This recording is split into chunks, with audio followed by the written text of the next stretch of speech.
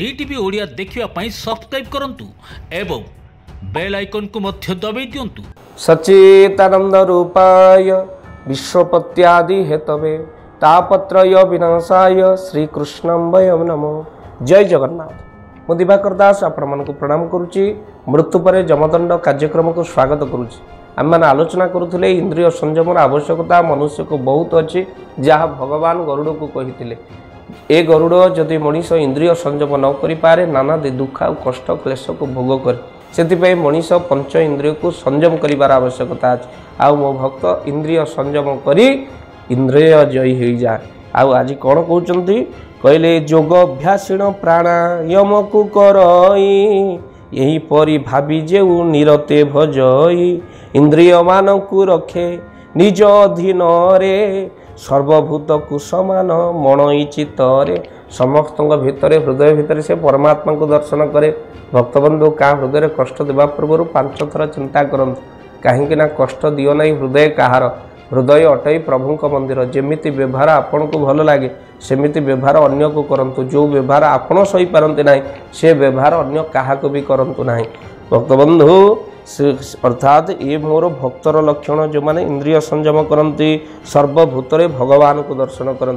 कहले श्रीहरिपद कमले निरते भजई सत्य शौच दया क्षमा गुणमान बही तेबे जान से जन लभई मुकति भवार्णव कुगोस्पद मणंती मुकति मोर उपदेश बाबू रखी थाओ मन जौवन सुखटी गिरी नदी समजाण आयुटी बिजुली परी निमिषे मातर दिन पल लता दंड प्रहर प्रकार चाहू चाहू दिन जाई निशा प्रवेशई निशा जाई दिन पुणी आरंभ हुई। प्रति क्षण क्षण हेउची आयुष। आउ सेतिपई आमको किसी भल कर्म करने को पड़ो जहाँ निर्देश दि जाऊँगी। एमती जगार बस कई कहबेनि उठू बोली एमती कथा कह कई कहबेनि झूठू बोली। तेणु यही परी सप्ताह जे पक्ष मास वर्ण होई कटि जाए जान जीवन आयुष। यहीपरी सप्ताह पक्ष मास होई जीवन कटि जाए। आ मनीष संसार को जो उद्देश्य आसी थाए ताहा परिपूर्ण करि पारे ना। जानी न पारई प्राणी तार गतिविधि किपरि तरीब कुह संसार वारिधि। जो निजर गतिविधि प्रथम जानिबार आवश्यक। मु किए कौठू आसीची कौन करी आ कौठिकी जीवी ये तत्व को जी बुझीगला से सबकि जानीपारा। दुर्लभ मनुष्य जन्म सार्थक हो गला। कौन जानिबे कौठू आसीची आउ मु किए कौन करी कौठिकी जीवी यही तत्वर जानिबार आवश्यकता अच्छे। आउ ये तत्व किए प्रदान करती गुरुदेव ही सतमार्ग को प्रदान करते समस्ते गुरु करिवार आवश्यकता अच्छे। आम भागवत पढ़ीचे जे पर द्वारा करी नहीं पवित्र नुहे तार दही। आपन कहे पर द्वारा कहले पर पत्नी गमन जे करी नहीं ता देह पवित्र ही नहीं। भक्तबंधु ता नुहे पर द्वारा परदा कहले कर्ण रा कहले राम नाम। जे पर द्वारे कर्णरे कर्ण मंत्र नहीं नहीं ता शरीर पवित्र हुई नहीं। तेणु गुरु ही सत ज्ञान प्रदान करती। आउ धीर स्थिर जेउ जन गुरु मूल करी तांकु आराधना करे दृढ़ भावे धरी ताहांक दत्त मंत्र को दृढ़े भजुताई गुरु कर्ण धार भव सिंधु पार पाई। ये कहले जे दृढ़ व्रत हो गुरु को धारण करे से ही भवरनवर तरी जाए। मो गुरुदेव प्रेमाचार्य बाबा मधुसूदन अति सुंदर पदरे कहते कहले भव सिंधु नाबे गुरु कर्ण धार अटंती पारी हे बुझेबे मन कर सेवा भक्ति। कहले भव सिंधु नाबरे गुरु होचंती कर्णधार। हेले कली जुगरे गुरु को शिष्य माने मानिबेनी। महापुरुष अच्युत कहते कहले गुरु को शिष्य जे मानिबे नाही गुरु को दक्षिण लुचिबे जाई। कली जुगरे से घटना घटिला। स्वार्थपर मनुष्य हो गला। गुरु शिष्यर परंपरा रही। शिष्य माने लोभी हो गले। लोभवशत गुरु करुचंती। गोटे बड़ गुरु करी जमी मो सम्मान बढ़िबो तांको ना कहले जमी सी श्रेष्ठत्व लाभ करुवा। गुरु मध्य कहले मु गोटे कोटिपति चेला थिलावाला करी जमी मोर अभाव हेनी। यही भली अवस्था कली जुगरे हम कह जाए लोभी गुरु लालची चेला दुहे नरक में ठेलम ठेला अर्थात जिते लोभी शिष्य पड़ जा गुरु पड़ जाते और लालची चेला पड़ जाते दुहे नरक ही ठेला पेला हमें जमदंड तांकर अनेक मिले बेले आम आलोचना पूर्वर कर गुरु शिष्य दुई जन बुलूं समुद्रर बेलाभूमि रे शिष्य को गुरुदेव कहले कहले शिष्य रे देख बड़ बड़ अक्षर लिखाई आमर पाखे पैसा पत्र अभाव गोटे उपाय कले पैसा अभाव हेन ना कौन ना लिखाई समुद्र जे बुड़ी जाऊँ ताको जे उद्धार कर 500 टंका पाइब ना बढ़िया है चलो ताने आम किए उद्धार करवा किए बुड़ी जाऊ ना अरे व्यस्त कहीं हो आम अंटारे गामछा गुड़ा बिंधुचे ताको बांध दौड़ी कर बेकर पकईचे गामछा ताको बांधिदेवा सब मुझे बुड़वा मुझे बुड़वा बुड़वा हेबी तू से कौन करू ना दौड़ी पकईदेबू आउ जो दौड़ी पकईदेबू मत उद्धार करू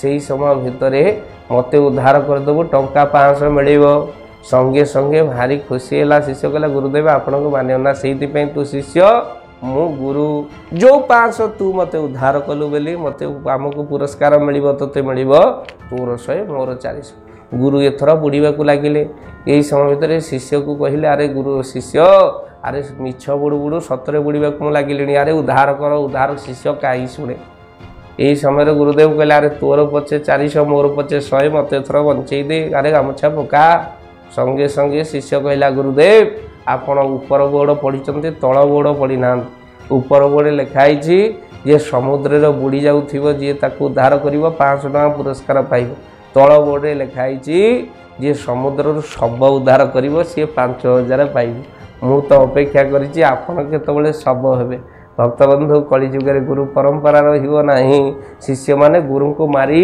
आश्रम अधिकार करने ताहा हाथ छड़ा करेंगे ना पछेबे ना उद्देश्य थी तेणु मुख्य राम कृष्ण नाम उच्चारे सर्वदा विष्णु उद्देश्य रे कर्म करुथाई सदा से मान जे भाग्यशाली स्वर्ग सुख पाई अन्यथा दुष्ट मानू नरक जे देई अन्य माने दुष्ट माने नरक पाइला बेले माने साधु स्वर्गगति लाभ करती तेणु गुरुंकर मानिबार आवश्यकता अच्छी कहले साधु सन्त अभ्यागत शक्ति अनुसारे पूजारे ताहांक चित्त जे संतोष करे जे अति सेवा करे ताहार मुक्ति पथ कर तलगत अन्यथा जम जंत्रणा भोगई नियत जे साधु सन्त अतिथि मानक चर्चा करे से स्वर्ग सुख लाभ अन्यथा नरक पड़े मत गर्भे गुरु वाक्य जे मूढ़ न शुणे मंत्र नहीं अच्छी बोली निज मुखे भणे